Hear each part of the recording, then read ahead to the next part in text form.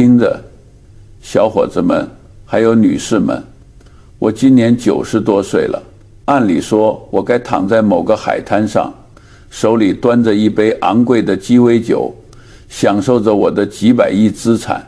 但你看，我现在坐在这里，在一个堆满旧书的房间里，穿着我穿了几十年的西装。很多人嘲笑我，他们叫我吝啬鬼芒格。他们说，查理，你这么有钱，为什么还这么抠门？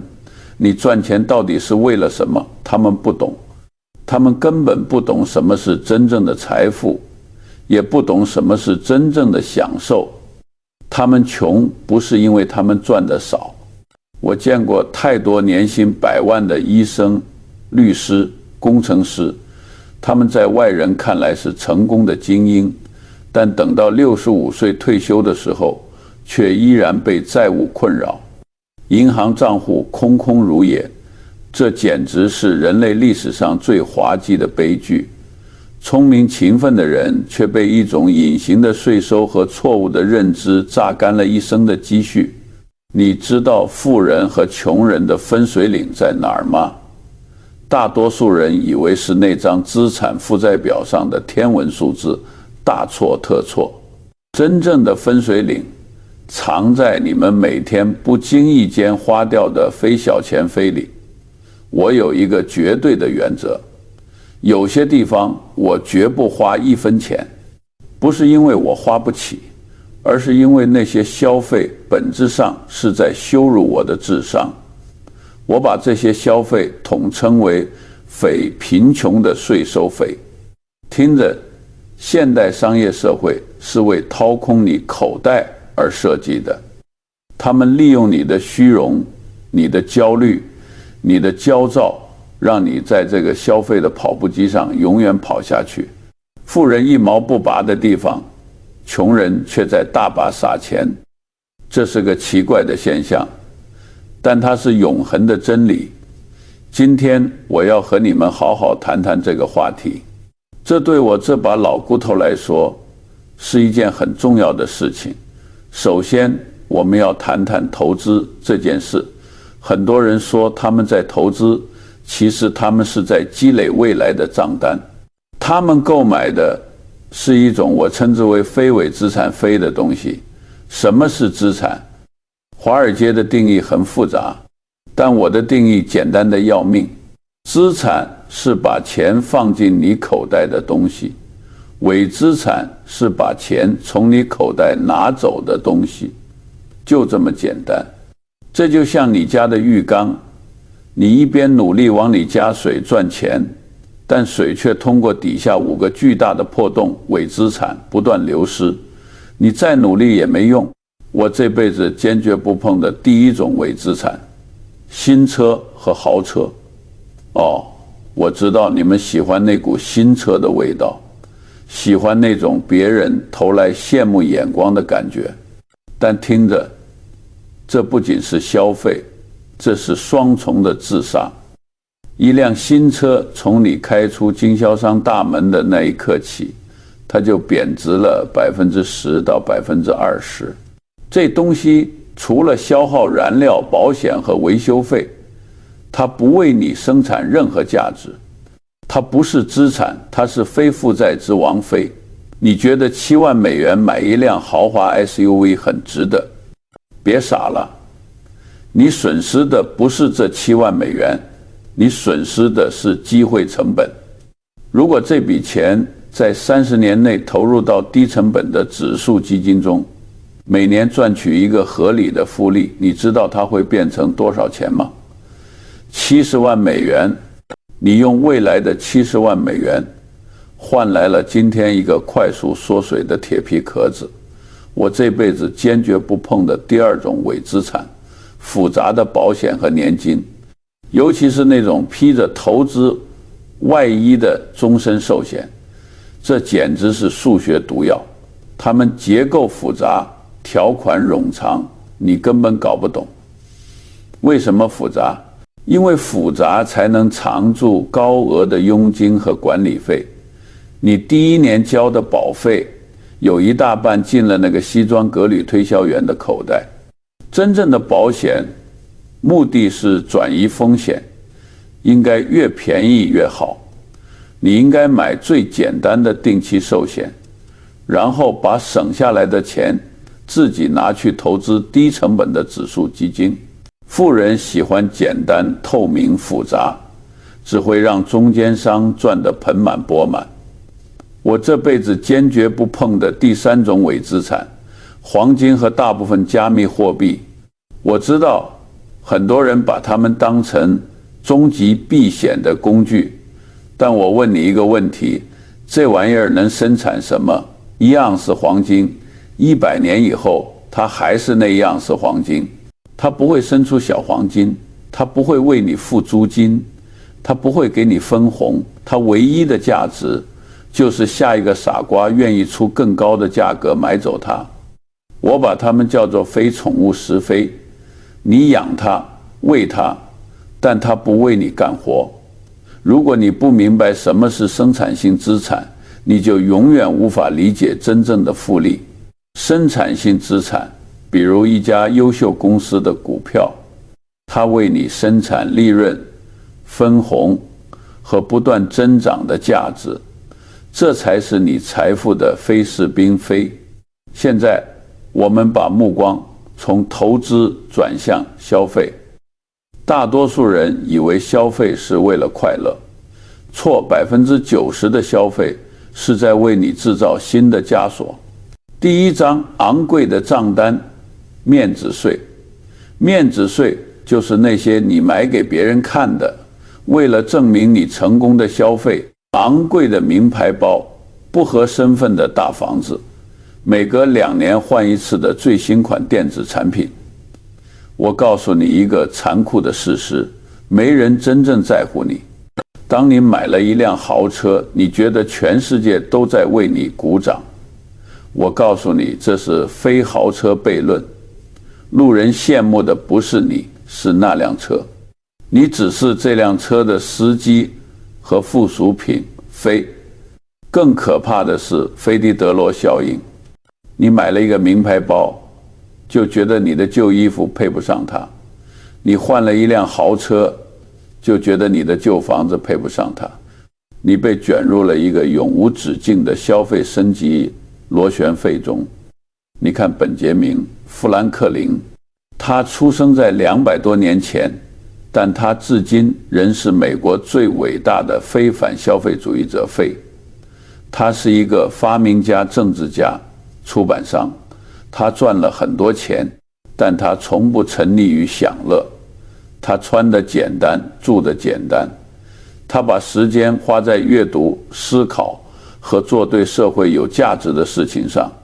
他知道每一次不必要的消费都是在用未来的自由换取今天的虚荣。如果你想变富，你必须把匪面子匪从你的清单上彻底划掉。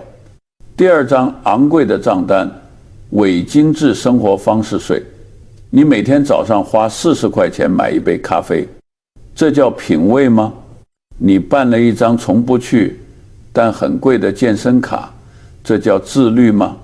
你买了一堆只用过一次的厨房小家电，这叫生活品质匪吗？不，这叫垃圾快乐税。大多数人购买的快乐都是短暂、昂贵的，这种快乐过后，你会感到更空虚、更焦虑。我活了一辈子，我这辈子最喜欢的娱乐活动就是读书。一本书才几十块钱，却能给我带来几天的快乐，甚至一生的启发。我也喜欢打桥牌，它让我保持大脑的敏锐。这些都不贵，但它们让我感到真正的满足。真正的生活品质是高质量的阅读、深入的思考、健康的身体，这些都不是用钱堆出来的。第三张昂贵的账单，智商税。这个最让我火大。你害怕错过机会，你焦虑，于是你花几千几万块钱去买那些速成、号称有财富密码的课程。那些人穿着笔挺的西装，告诉你成功是有秘诀的。我告诉你，他们卖的不是知识，他们卖的是治疗你焦虑的安慰剂。他们知道你想要不费吹灰之力就成功，所以他们满足你的贪婪。真正的智慧在哪里？在那些100-200块钱的经典书籍里，你就能和巴菲特、和爱因斯坦、和几百年前最聪明的大脑对话。但你呢？你宁愿花大价钱去听二手被嚼碎了的故事，只因为他们承诺快速成功。真正的学习必然是痛苦、缓慢和长期的。当你花钱试图走捷径时，你不是在学习，你是在被收割，这是对你智商的羞辱。好了，说了这么多原则，你们可能会觉得查理，你这是站着说话不腰疼，你已经成功了。当然可以这么说，但我告诉你，我这辈子也经历过极端的恐惧和巨大的诱惑。1973年市场大跌，我们公司当时持有的股票跌得非常惨。我记得当时整个华尔街都笼罩在一种世界末日的气氛里，人们恐慌，抛售一切。我的合伙人沃伦·巴菲特，他也感到了压力。但我们坚持住了一个最基本的原则：不犯蠢的纪律。我们没有因为恐慌而卖出优秀的公司，也没有因为下跌而借债抄底。我们只是什么都不做，继续持有优秀的公司。我们知道你不需要天才般的聪明，你只需要一套不自毁的系统。当时很多人因为债务和嫉妒而自毁，他们看到别人发财，就借钱去追逐那些检验屁股肥一样的便宜股票。结果呢，市场继续下跌，他们的负债让他们直接破产。债务是毒药，它就像你脖子上的一根绳索，一旦出现意外，它会立刻把你勒死。你想要10年翻身，你最重要的工作不是赚到第一个100万，而是建立一个不自毁的系统。这是我用血淋淋的教训换来的。我非常尊敬新加坡的李光耀先生，他被称为建国之父。他用几十年时间把一个贫瘠的小岛变成了世界上最富裕的国家之一。他的成功哲学和我的投资哲学有着惊人的相似之处：长期的、无聊的、持续的积累。他从不追求花哨的政治噱头，他只做3件事：稳定、教育、廉洁。这些事情没有一件能在1年内看到立竿见影的效果，他们无聊透顶。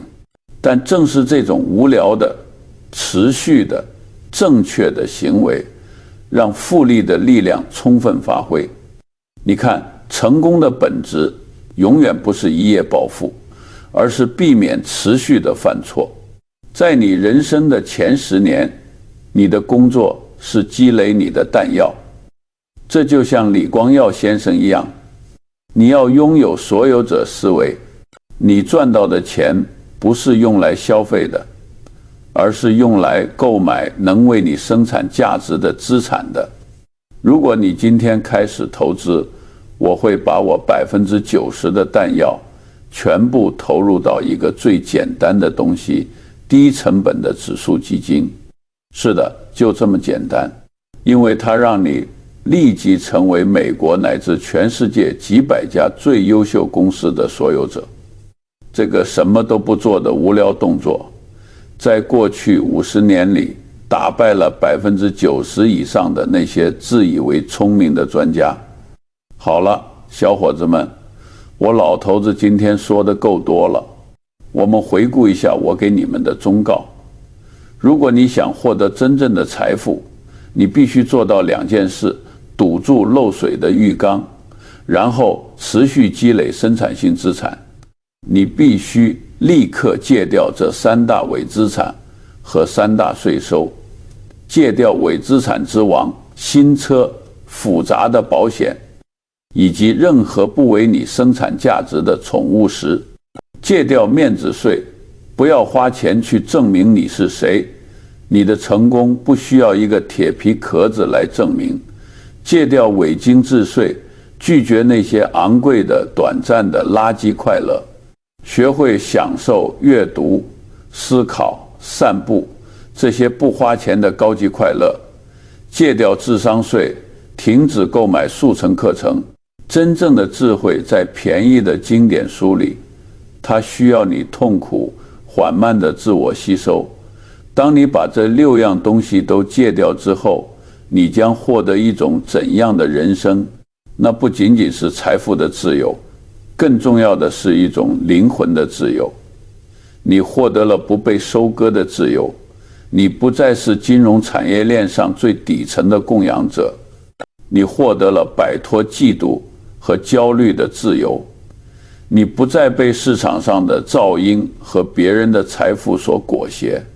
这就是为什么我虽然有钱，却依然过着如此简单的生活，因为我知道财富的积累不仅仅是开源，更是节流。在这个充满诱惑的世界里，只有那些能够坚守原则、拒绝被收割的人才能走到最后。听着，你们不需要天才般的智商，只需要一套不犯蠢的纪律去拥有它吧。